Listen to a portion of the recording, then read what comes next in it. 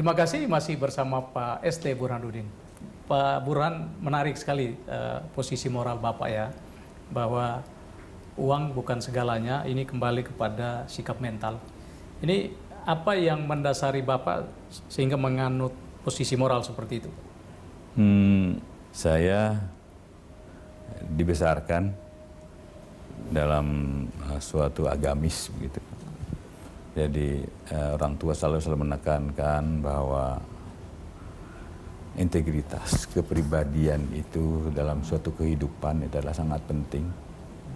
Dan alhamdulillah saya juga bekerja bahwa uang tidak segala-galanya, seperti juga Bapak sampaikan.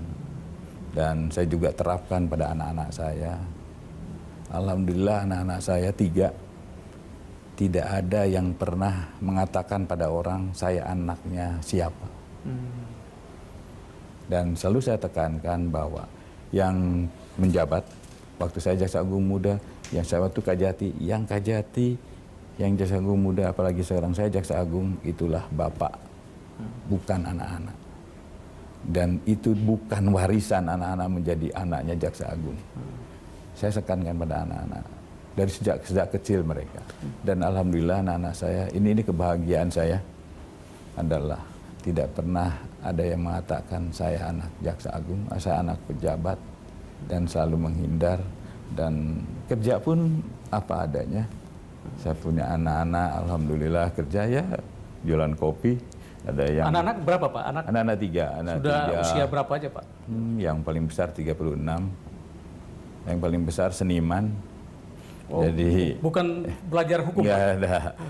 Seniman. Kalau ke kantor pun celana compang-camping, ya rambutnya panjang, ya mau diapain. Yang kedua, jualan kopi, ada punya kafe kecil-kecilan. Yang ketiga, jualan ATK, jadi fotokopi gitu. Tapi ya mereka juga yang mau. Nggak ada yang mau jadi pegawai negeri, alhamdulillah. Nggak ada yang mau jadi jaksa? Apalagi. Bapak nggak pernah mengharuskan mereka, kalian harus salah satu jadi jaksa dong? Tidak ada.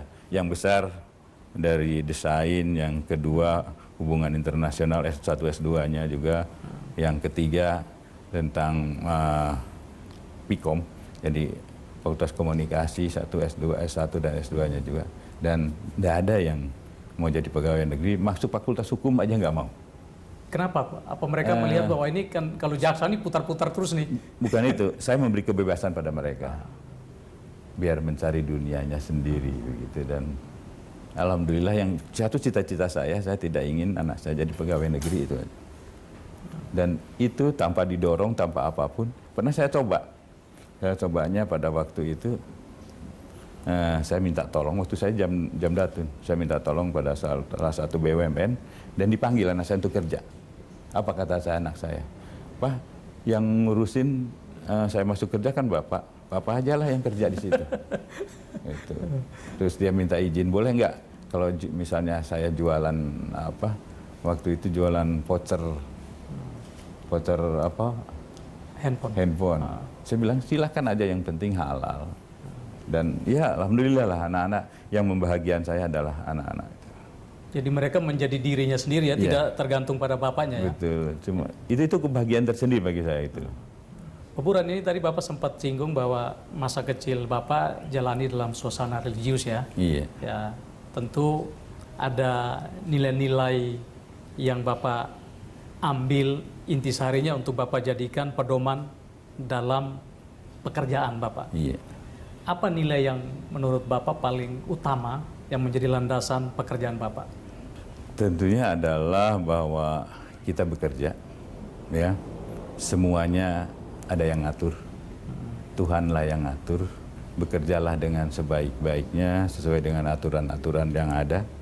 Dan kalau waktu bapak saya waktu saya masuk kejaksaan, pesan bapak saya adalah dimanapun kamu kerja, dan kalau kamu jadi birokrat, artinya kamu makan duit rakyat.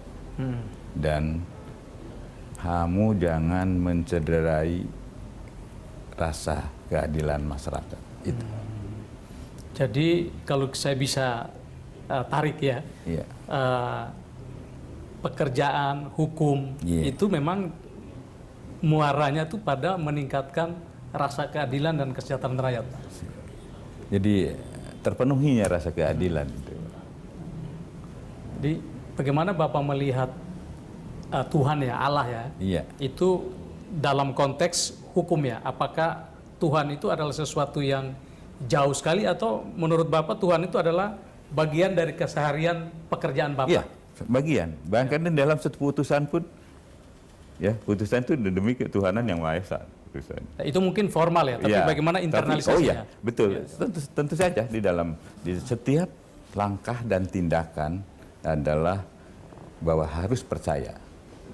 Kita tidak dilihat orang pun Tuhan akan melihatnya. Artinya semua pasti ada yang ngawasin kita. Selain orang-orang, tapi setiap tindakan, tiap langkah pastinya kita harus sesuai dengan ajaran agama kita masing-masing. Dan saya yakin tidak ada satupun agama yang untuk mengajak kita berbuat tidak baik. Pasti semuanya akan berbuat baik. Ya, wah. Pak Burhan ini sudah lengkap perjalanan ya, sudah punya keluarga, mungkin sudah punya cucu ya. Sudah punya cucu. Jadi apa yang menurut Bapak belum Bapak lakukan dalam hidup dan ingin Bapak tuntaskan nih supaya Bapak merasa bahwa saya punya makna bagi banyak orang ya. Iya. Saya sebenarnya ingin istirahat dan ngomong cucu. Oh itu. Itu cita-citanya saya ingin istirahat dan ngomong cucu. Saya kalau sehari nggak nelpon anak cucu gitu, atau setidak-tidaknya seminggu nggak lihat anak-anak nggak apa-apa.